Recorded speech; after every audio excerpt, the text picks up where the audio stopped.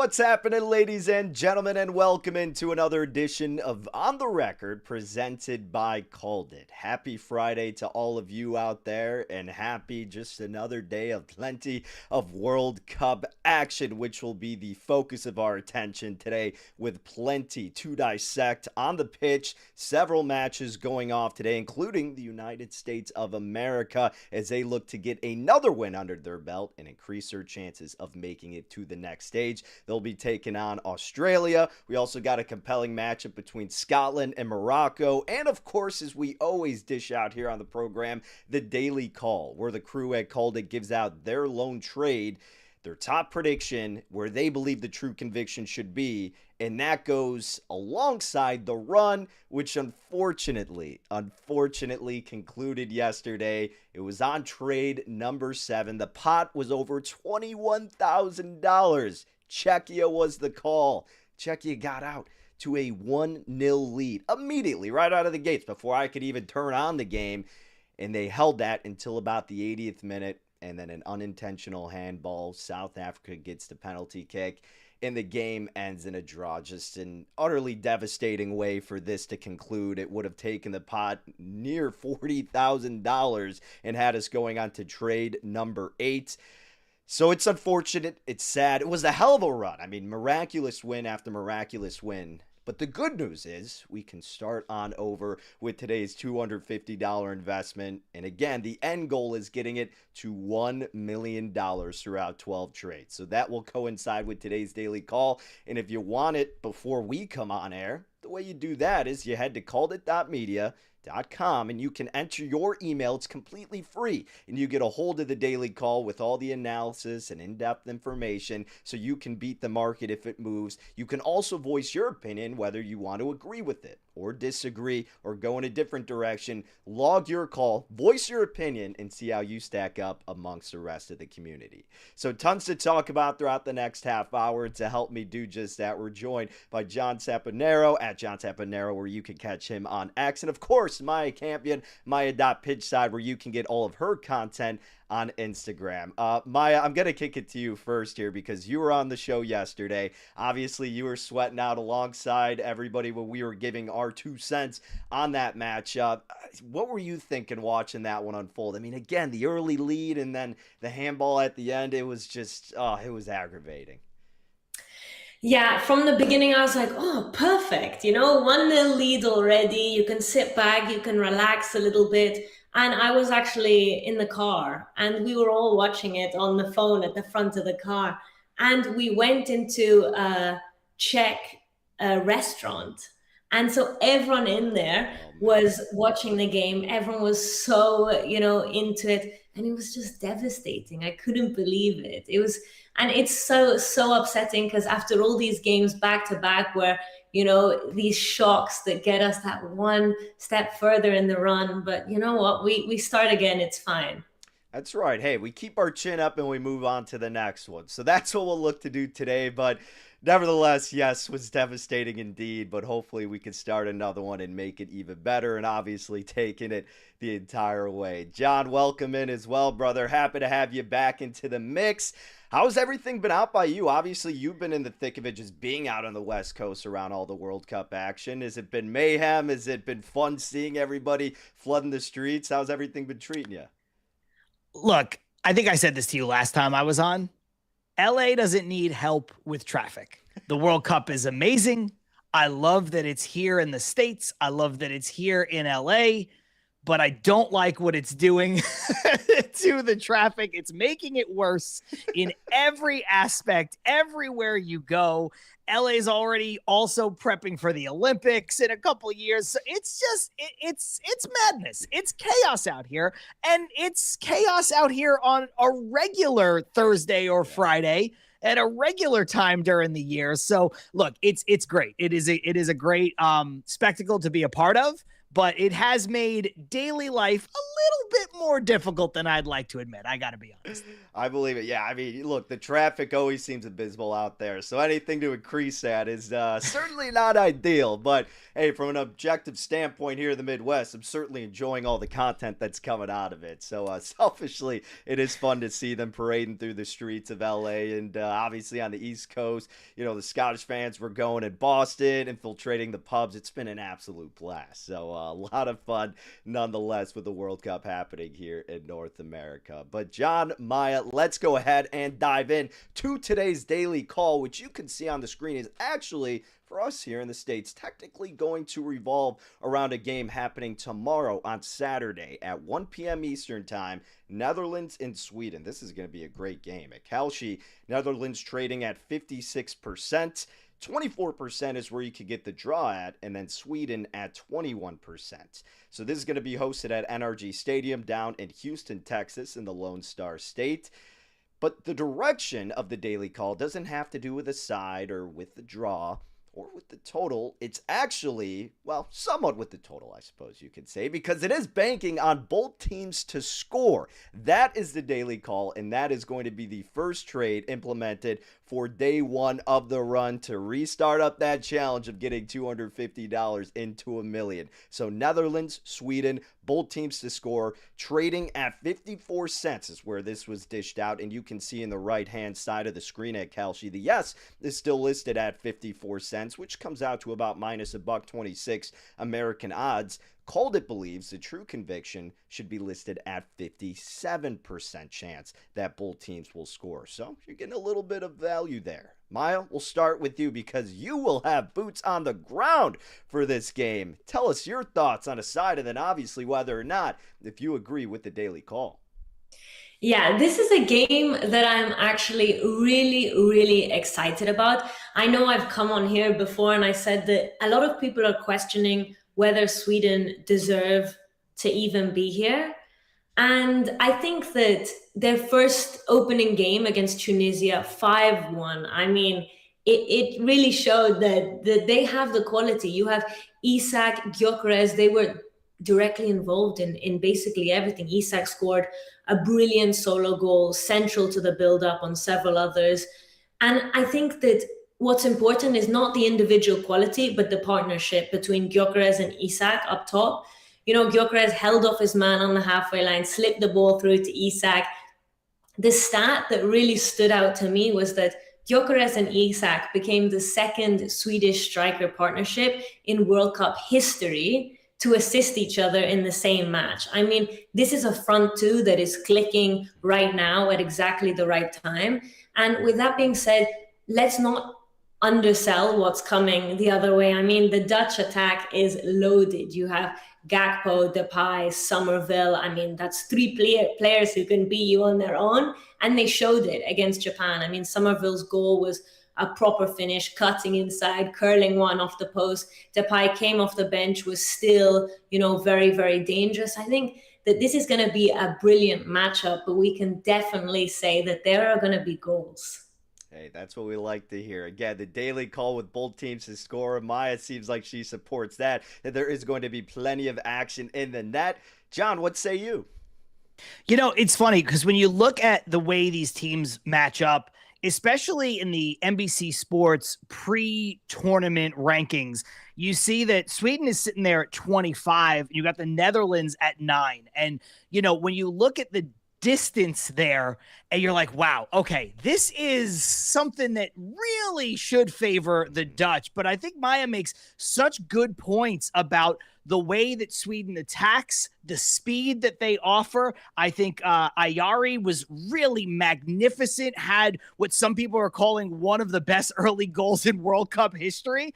And so I think both teams can score. I think both teams will score. So I love the value on this trade, if we're being honest. Yeah, and Maya, I mean, again, you kind of talk about the history from from these teams in the past and just the offensive firepower. I mean, how much do all of these things play into not only the both teams scoring, which of course is the daily call, and we all seem to support it, but in terms of a side here, because of that familiarity, do you think that closes the gap a little bit with in terms of which nation is going to come out on top, or do you think the sides are appropriately priced as well, where you have Netherlands as a pretty significant favorite? I mean, the Japan game, I'm wrapping my Japan show. It was very, very interesting for me because tactically it didn't make sense for them to continue playing those balls across the top. You know, you have Van de Ven, Van Dijk, who are just huge in the back. But in the end, it worked. You know, Japan were able to score that header. It was unbelievable. So I think that my opinion on Sweden as a competitive team has changed after watching their opening game and seeing how dangerous they really were. But you know, like we've seen that these opening games, a lot of them have been, you know, shocks, big shocks. So I think that this is kind of where both teams settle in to the tactics. They know who's playing what role. The nerves kind of ease off a little bit. So I could say, you know, if I had to choose one, I would say the Netherlands are going to come out on top. But you know, like John said, that's very much based off of the rankings coming into the tournament. And I think also, you know, we've got to give Sweden the credit they deserve. So we'll see if they can play well up against a better squad. I think Sweden definitely deserves the credit. You know, you mentioned it right off the top about, you know, some people saying, should they even be here? And I think it's clear. Look, one matchup against Tunisia is not going to solidify them in this tournament, but I think it's clear that they deserve to be here. And that's something that, you know, they can definitely hang their hat on right out of the gate. But I am a big rankings guy, Maya. I know we've not done this show before, but you go to Fox Sports top 100 players in this tournament. Netherlands has 7 of them, and Sweden is only sitting there with 2. And I know you don't play these games on paper, but that stuff starts to matter. And then, you know, you mentioned Van Dijk, and I know he's a bit of an older player for the tournament, right? 34 years old, and Sweden has some of those guys that are in the prime of their athletic careers. But Van Dijk is an athlete, and he has the experience, and he has the height advantage at 6'4". He's long, he still plays with a ton of athleticism, and he knows how to lead. And I think those factors can't be ignored. So in terms of who comes out on top, I'm definitely with you here for the Netherlands. I think Sweden will make it interesting. I think Sweden's going to make it fun, but I think the Dutch come out with the win. Yeah, I think that we shouldn't undervalue the importance of the leadership role that Van Dijk plays in that team. You know, you see that in so many great teams that maybe that player is not at the, you know, same standard that they were playing at 4 years ago in the previous World Cup, but they are still such a central part of that team. And I think we can say that definitely about Van Dijk. I agree. Love it. Well, hey, we're expecting a good one between the Swedes and Netherlands, and at least let's get both teams to score, as that is the daily call that CalledIt has made for not only just their singular call, but of course that is going in part with the run, our challenge to turn a $250 investment all the way into $1 million. We got halfway last time, just concluded last night, unfortunately, but we start up again. The trade is yes at 54 cents, although they believe the conviction should be at 57 cents for both teams to score in tomorrow's match between Netherlands and Sweden. But guys, let's go ahead and focus on today's action. And of course, well, hey, we're all here boots on the ground now that we got Maya stateside, because we've got action up in the Pacific Northwest, the United States of America. After a thrilling victory against Paraguay in their first match, they go now to take on the Australians, who also had a really good performance themselves. So huge play here in terms of group play and the outcome there. As you see at Kalshi, trading at 62% is the US of A. The draw is at 22%, and the Aussies trading at 18%. Maya, let's get your thoughts here. The biggest news for the United States certainly revolving around Pulisic and whether or not he's going to play. It appears he's trending in the wrong direction. How big of an impact is that going to be if he is absent from this match, and how does that affect how you would trade on this? Yeah, obviously that is gonna play quite a role, and I think that both USA and Australia shocked a lot of people in their opening games. I mean, USA hammered Paraguay 4-1, and with really good goals as well. I mean, and I came on here saying that Turkey were my dark horse. So for them to lose to Australia was also, a bit of a shock. I think that Australia's win wasn't a fluke. I mean, Iran Kunda, Metcalf, with the goals.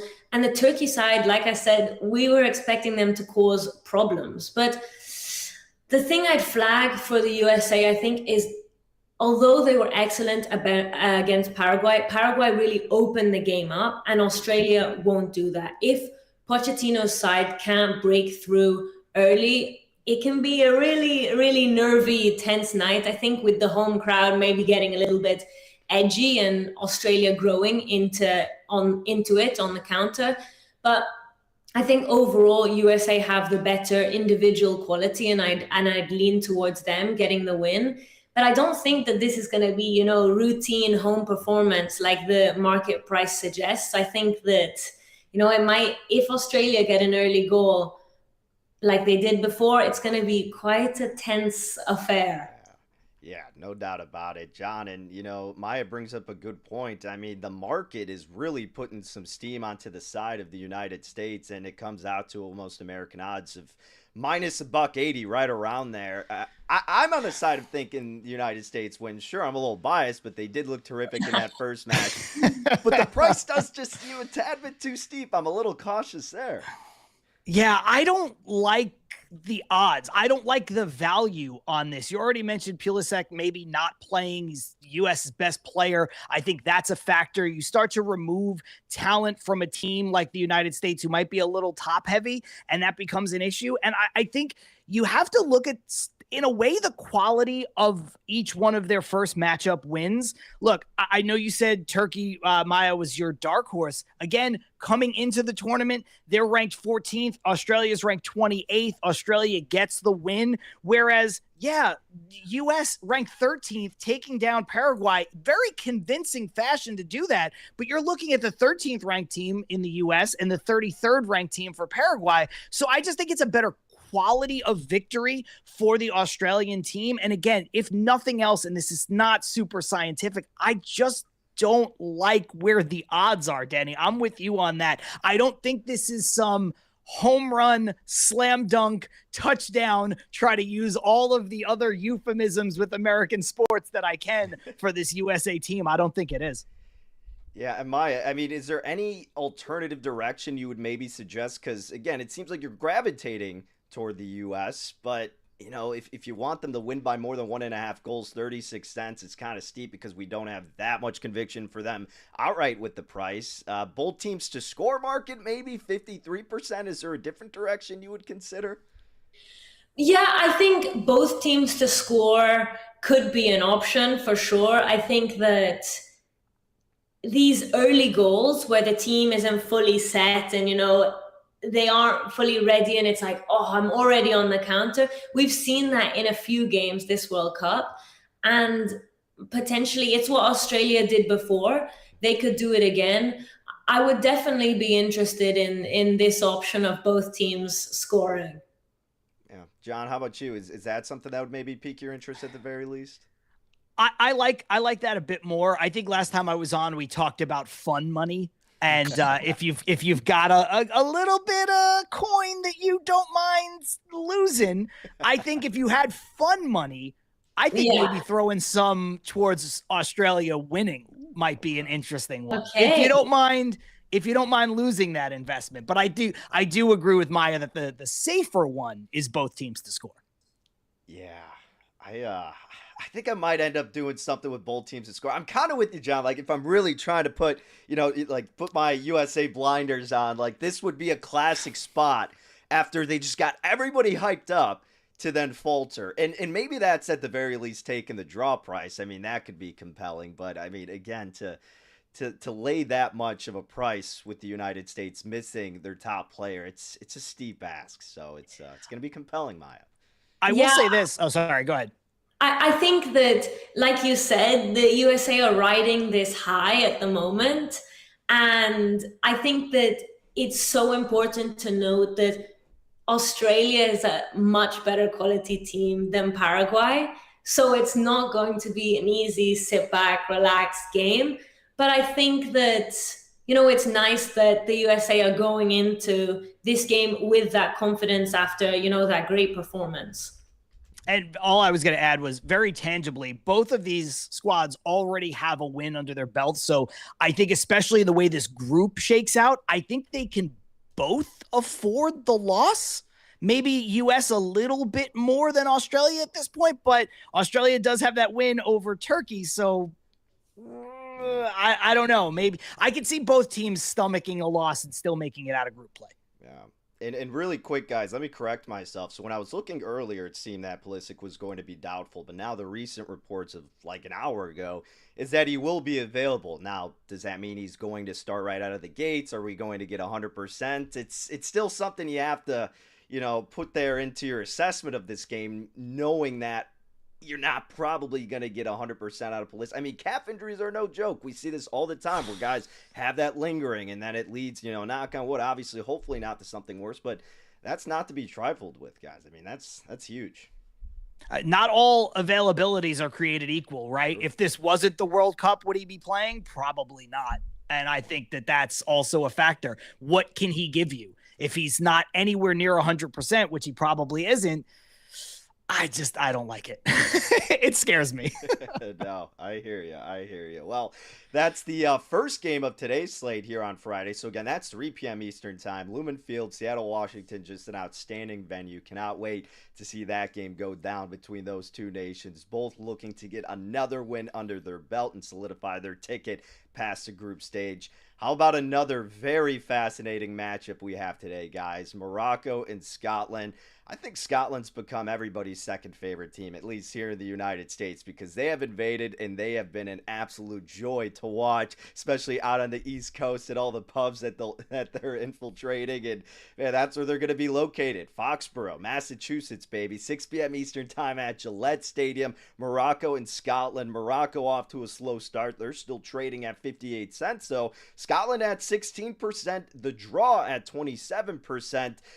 Morocco, I guess, not a slow start. Obviously, they held Brazil, 1-1 draw. That was huge. But, Scotland overcoming Haiti, they may have some momentum here, Maya. What would you tell those people, myself included, who may be selfishly rooting for the Scottish to get another dub today? Yeah, I feel bad saying this because, our video got some traction last time when I was raving about the Scottish fans. I mean, I think they're just incredible. And I get the romance of the Scotland story, top of the group, first win since 1990. But when I look at the quality gap here, I think Morocco get this done. I mean, you can't undersell that draw with Brazil. I think Morocco held the Brazil side that's a 5-time World Cup winner to a 1-1 scoreline. And this is a different, this is a different level of opponent to Haiti. I mean, I think the Haiti result, it's genuinely, it's good for Scotland. It showed vulnerability though. And I think they were better for, the better side for an hour, but that last 20 minutes, I mean, they were just hanging on with Haiti nearly equalizing more than once. And I think that if a well-organized, limited Haiti side could create that many late chances, it's not gonna look good. And I think that Scotland's game plan against Morocco is gonna be the same as it was against Haiti. Sit in, stay compact, make it scrappy. And the difference is Morocco have the individual quality to break that low line where Haiti didn't. Morocco's pace in behind, their movement in the final third, they're going to find a gap. And it's probably going to be in the second half when Scotland's legs just go the way that they did against Haiti. So I say this, with a lot of pain, but I'm unfortunately not on the Scotland story hype. And I think that Morocco's superior quality is going to show up. Fair enough. Yeah, I know. Let me say two things positively that are just kind of an offshoot. First of all, is there a better match made in heaven if you know both places than Boston and Scotland. I mean, it's the meme from Predator, right? With Arnold Schwarzenegger and Carl Weathers joining hands. It is the perfect matchup that I don't know if any of us really realized that we wanted to see, but it's wonderful to see. Now, that said, if you've ever been to Foxborough is like rural Massachusetts. Foxborough is in the middle of nowhere. It's closer to Rhode Island than it is to Boston. And everything is centralized at what they call Patriot Place. The nightlife, the hotels, it's all right in this little city, this little community. And watching a bunch of Scotland fans descending upon Foxborough and Patriot Place don't know what hit them. Let's just put it that way. So I'll say that from a positive perspective. Other than that, I have to agree with Maya across the board. This is just a different quality of competition. And when you look at it, look, a win is a win. You don't throw them back. But when you sort of scrape by Haiti the way that Scotland did, and then you talk about Morocco taking Brazil to the brink and going with the draw, I don't think Scotland has the horses, quite frankly, to compete with Morocco or Brazil. But they are there at the top of the group right now. They've got the most points, and that's great because there's an outside chance that they don't have to win another match here in group play and they still might get through. So that's a positive, but I don't think they can win this game. I think they should enjoy the top of the group while they have it. Soak it in, have a great time, enjoy. I mean, no Scotland, no party. We've seen that. They're incredible, but let's see. Mike, can I ask you a question? Do you think Scotland will make it through group play for the first time? I don't think so. I mean, there's always the option of the third place team going through. But, Morocco's a very, very strong side. It's a very tough group. They've unfortunately been drawn in a very tough group. Yeah. So I'm scared of the Scotland fans, for saying this. I do think in terms of getting out of group play for the first time ever, I think the math is a little bit on their side. I think getting that first win, again, the quality of win, whatever, but they got it and they're sitting there at the top of the group. So the math is on their side. I'd like them to maybe sneak out of group play, but I don't know how much further they get than that. And again, I don't know if they get another win here in the group stage either. Yeah, there you go, guys. Right there, Kalshi. Group C winner, Scotland trading at 12%, Morocco 30%, Brazil at 59%. I mean, don't you think it's not a bad idea to take Morocco to trade at 30 cents as opposed to a steeper price for them to win outright today? Because if they win today, then naturally, they're going to make it out of the Group C, you would imagine. So you got to wait a little bit longer, but wouldn't that probably be the safer route to take, the more lucrative route to approach? Yeah, I could see that. I could see that for sure. You have to wait a little bit. We're an impatient society, right? But I think there's some interest there for sure. Maya, is that something you would maybe consider, or is there still just so much that can maybe go wrong in your eyes that it wouldn't be worth it? Yeah, I think that there's just so much that can happen because we've only watched one game of all of these teams. It's not enough to really get a great idea of how they're going to perform. And I think that you need to look at teams like South Africa, where they, get 2 red cards and they have to completely restructure their team. Injuries here and there, like a team can completely change. So it's really difficult to guarantee a win against any team, really. No, good points, but a lot to trade on and a lot to look forward to in that game, especially with the Scotland fans. We love them now. They're officially part of the show. Yeah, we've been talking about them nonstop. Unfortunately, Maya, we have to put her in a bad spot almost every show to go against the public norm and public support of something. But hey, someone's got to play the villain and be objective a little bit. So we appreciate you for that, Maya. We're we could probably agree on something here. How about a interesting trending market? And we talked about this maybe a week ago, couple weeks ago. But at Polymarket, you can trade on whether or not Ronaldo will cry at the World Cup. Now, this opened around 56%. It got as high as 73%. Currently, the market's trading at 67%. So my question to you guys is, I don't think it's a matter of whether or not he cries. I think it's a matter of whether he cries because of how poorly he played or because it may be his final World Cup. But either way, I'm thinking we see tears from Ronaldo. John, what do you think, man? I mean, again, all the superstars came out and played tremendous in their first spot. Ronaldo, not so much. I would have been shocked to see tears flowing just how terrible of a performance that was out of the gates. Yeah, Ronaldo's gonna cry. Let's just put it right there. He's gonna cry. I think you already alluded to some of the reasons why, whether it's just his individual play, whether it's the eulogy, the swan song of his international career here, as already the oldest player to start in the World Cup, I believe, at 41 years old. So this is gonna be the end of it for him. And also, let me just say this.